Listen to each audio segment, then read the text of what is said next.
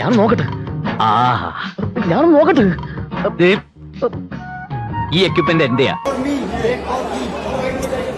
ഇതൊക്കെ കണ്ട പിന്നെ എങ്ങനെയാ ഇവിടുന്ന് പോവാൻ തോന്നുക? എങ്ങനെയുണ്ട്?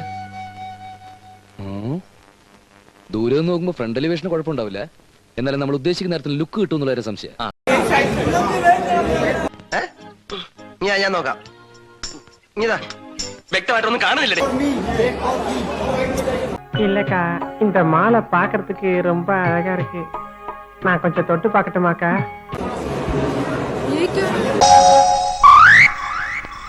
കൊതിപ്പിക്കല്ലേ ഭഗവാനെ.